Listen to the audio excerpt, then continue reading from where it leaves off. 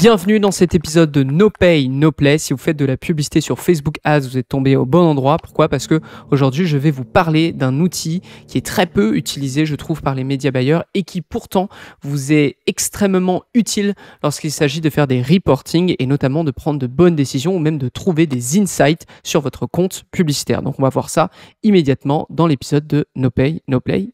On lance.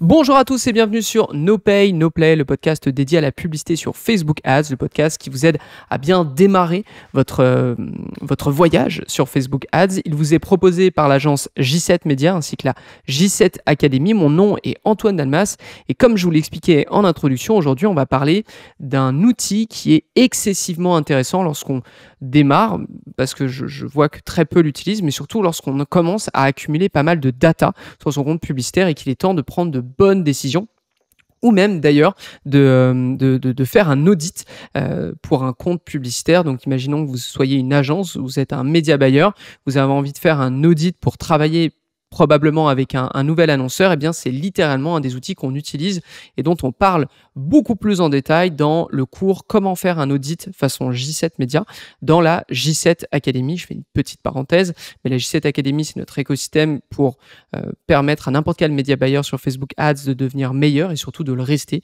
Et parmi tous les cours qu'on propose, on vous explique littéralement comment J7 Media fait un audit pour un nouveau client. Donc, là, je vous ai parlé un petit peu des avantages de cet outil, mais quel est son nom ? Eh bien, sur la version anglophone du Ads Manager, donc du gestionnaire de publicité, ça s'appelle le Ads Reporting, donc probablement le rapport publicitaire en français. Je vais vous montrer. Pour ceux qui nous suivent sur YouTube, je vais vous montrer justement une démonstration de cet outil. Donc pour ceux qui nous écoutent sur Apple Podcast ou toute autre plateforme podcast, veuillez vous diriger sur YouTube parce que je vais quand même montrer pas mal de choses.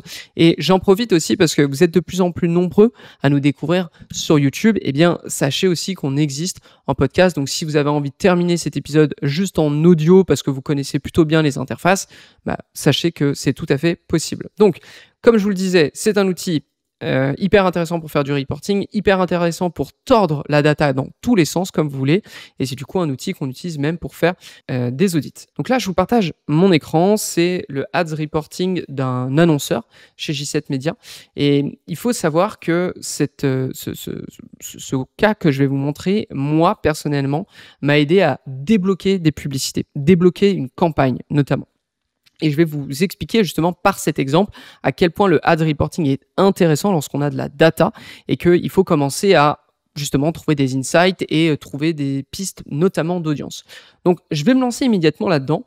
On est du coup sur cette interface. Alors comment vous rendre du coup sur le ad reporting ? Très simple, vous allez sur les 3 barres ici. Vous allez dans Ads Reporting là, ou sinon il doit être un petit peu plus bas. Il doit être dans Analyse et Report. Ok ? Lorsque vous cliquerez, vous arriverez sur une interface qui est ce qu'elle est. Et du coup, de là, vous allez juste créer un rapport et vous devriez tomber sur quelque chose d'un petit peu plus différent, je dirais. Il suffit de vous rendre juste dans les métriques ici, de virer tout ce qui ne vous intéresse pas. Moi, en l'occurrence, c'est en partie un espèce de e-commerce / infopreneur. Donc, qu'est-ce que j'ai sorti ? J'ai sorti les achats, le coût par achat, la valeur des achats, amount spent, etc., etc. Ok ? Donc, pour vous expliquer un peu le principe, c'est que j'étais dans une situation avec cet annonceur où je me posais un peu la question comment je pourrais tester de nouvelles audiences ou une nouvelle approche de ces audiences. Vous allez comprendre immédiatement. Pour vous expliquer, je vais sortir les chiffres de 2023, de janvier 2023 au 31 décembre 2023. De là, si vous le faites, je préfère vous donner, il y a quelques prérequis. Ok, il y a quelques prérequis.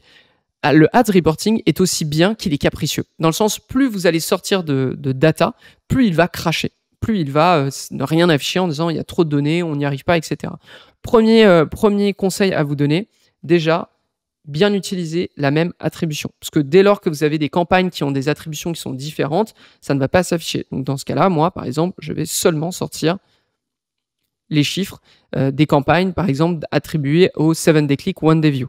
Là, généralement, ça peut débloquer votre situation.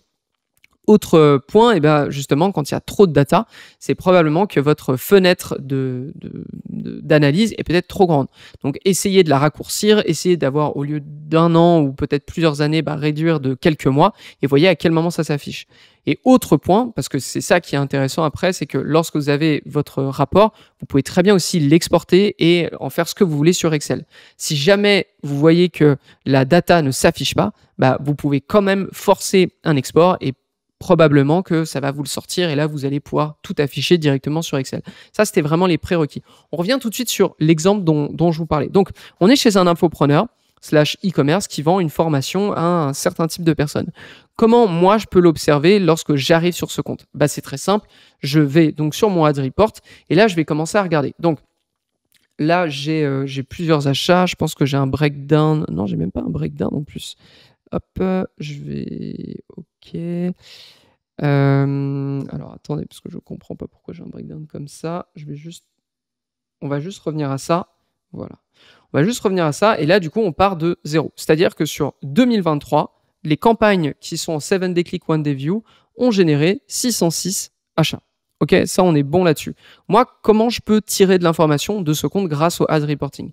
C'est très simple. Je vais utiliser non pas les métriques maintenant, mais les breakdowns. C'est-à-dire que j'ai envie d'afficher, par exemple, allez, gender, hop, j'ai envie d'afficher qui achète.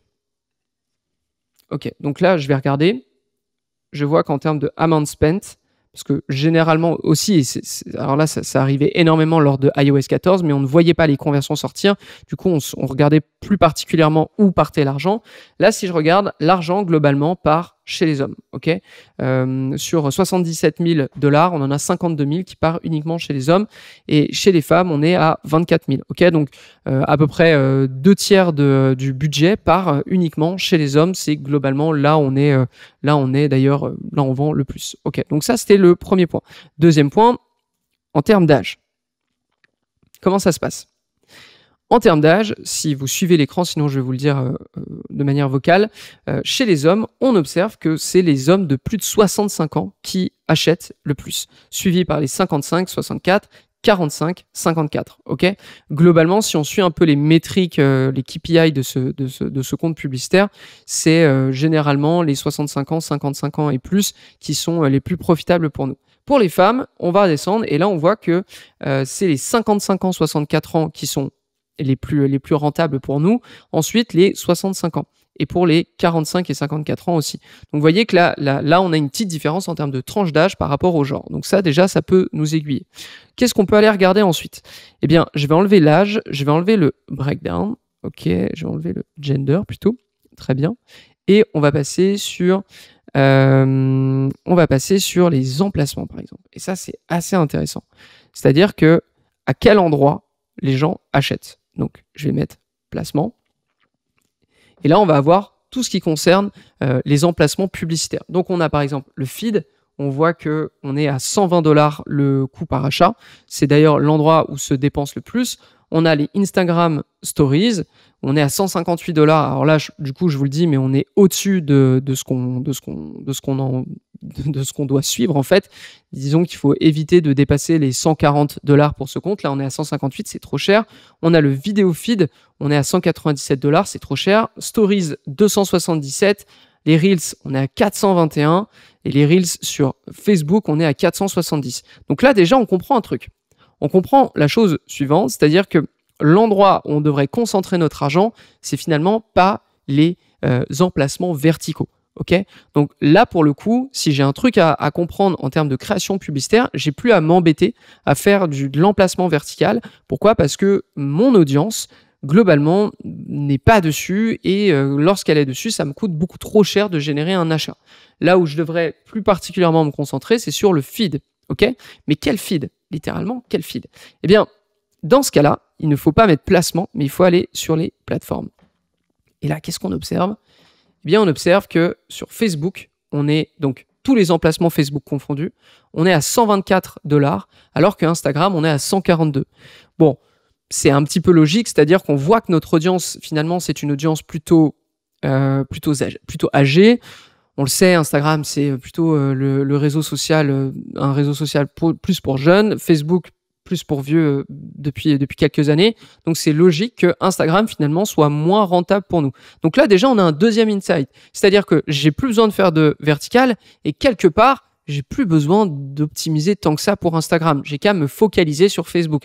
Donc, le budget que je vais utiliser, les audiences que je vais utiliser, je peux faire des tests où je supprime tout bonnement Instagram et je force Facebook à se concentrer uniquement sur Facebook, Facebook Ads uniquement sur Facebook et non plus Instagram, et faire des tests et voir si ça fonctionne là-dessus.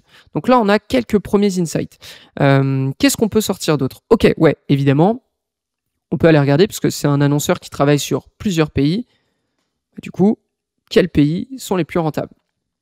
Donc là, on va regarder. Sans trop de surprise, on va voir que les États-Unis, c'est le pays qui prend le plus de budget. On est à 34 000 $ pour 113 $ le coût par achat. Donc, on est complètement bien. Donc, les États-Unis, c'est évidemment un endroit sur lequel je vais travailler. L'Australie arrive second avec 125 $ pour un coût par achat. C'est parfait. On est par contre à 9 000 $ seulement de dépenses sur toute l'année. Très bien. Canada, on est à 112, c'est nickel. United Kingdom, donc l'Angleterre, on est à 276, c'est hors de question. L'Inde, 232, c'est hors de question. L'Afrique du Sud, on est à 95 $, ce qui est excessivement bon, sauf qu'on n'a que 1 000 $ dépensés. Donc, probablement que si on dépense plus, ce CPA va augmenter. C'est juste que c'est tellement faible, on a potentiellement eu beaucoup de chance au début à voir. Donc là, du coup, moi, il y a deux choses. Toutes les campagnes qui utilisent tous les pays un peu anglophones dans Facebook Ads, ça, je vais arrêter, à moins qu'elles fonctionnent. C'est juste que pour les prochaines que je relancerai, si je dois associer plusieurs pays, ça ne sera que United States, l'Australie, le Canada et ensuite l'Afrique du Sud. Bien qu'il est très évident que les États-Unis vont juste prendre tout le budget à nouveau. Pourquoi? Parce que le pixel est beaucoup plus entraîné là-dessus. Mais du coup, c'est un premier insight, c'est une première optimisation. Moi, ce qui va être intéressant là-dedans, et je peux vous donner le résultat immédiat, c'est que lorsque j'ai observé ça, parce que nous, on se focalisait énormément sur les États-Unis à ce moment-là, avec ce compte précisément, en 2024, du coup, lorsque j'ai eu une bonne audience sur les États-Unis, une audience avec un intérêt, eh bien, je l'ai dupliqué et je l'ai passé sur l'Australie. Et ça m'a permis, en l'occurrence, d'avoir de bons résultats sur une longue période. Donc là, vous voyez, le Ads Reporting vient de me dire quelque chose, alors que je me focalisais en 2024 uniquement sur les États-Unis. En regardant ce qui s'était passé sur 2023, j'ai observé que l'Australie, c'était bon. J'ai observé que l'Afrique du Sud, c'était bon, mais je ne l'avais pas encore testé. Et l'Australie, du coup, m'a rapporté de bons résultats. Ok, donc ça, c'est un nouvel insight. Et là, le dernier insight qui va être intéressant, du coup, c'est que, comment dire, j'ai une audience qui est plus particulièrement âgée, ok, et du coup, il me semble, alors là, il va falloir que je me souvienne, ce n'est pas le placement, c'est device, ok, donc c'est, right, device platform, ok, et là, ça va être intéressant, vous allez voir. Je sais plus si c'est celui-là. Ouais. Ok. Là, c'est intéressant. Pourquoi? Parce que là, je suis en train de regarder comment se font les conversions en fonction de l'appareil qui est utilisé. Est-ce que c'est un mobile? Donc, est-ce que c'est juste un téléphone? Ou est-ce que c'est un desktop? Et là, on observe quoi? On observe que le mobile, bon, prend une bonne partie du budget. On est à 61 000, contrairement à 15 000 sur le desktop. Mais le mobile est à peu près 134 $. C'est normal aussi, ça concentre aussi plein d'emplacements qui fonctionnent moins bien, on le sait. Par contre, ce qui est intéressant, c'est que le desktop, on est à 107 $. Ok, 107 $ pour 15 000 $ dépensés. C'est quand même assez suffisant, je trouve.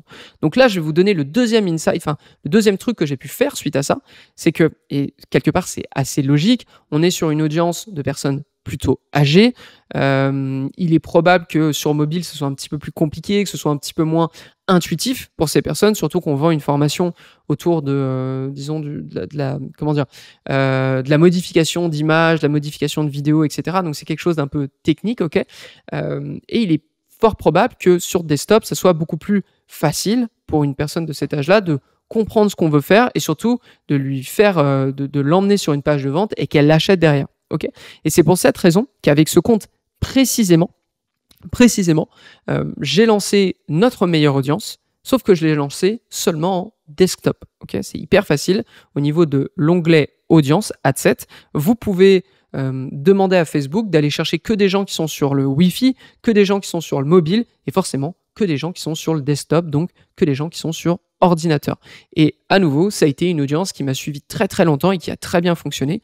Pourquoi? Parce que, comme je vous disais, je vise une audience qui est majoritairement très âgée, ou du moins qui a plus de 65 ans, et qui en plus de ça, va acheter quelque chose qui est un petit peu complexe. Je ne vais pas lui vendre cette audience, je ne lui vends pas un t-shirt. Là, je lui vends vraiment une formation un petit peu complexe. Donc là, vous voyez que j'ai eu 2 bons coups grâce à cette toute petite analyse, à savoir, j'ai découvert que l'Australie, c'était quelque chose qu'on pouvait tester. Je l'ai testé, ça a fonctionné. J'ai découvert que le desktop, c'était quelque chose qui coûtait beaucoup moins cher à rejoindre et qui proposait beaucoup plus de ventes. Donc, je l'ai utilisé avec ma meilleure audience, ça a fonctionné.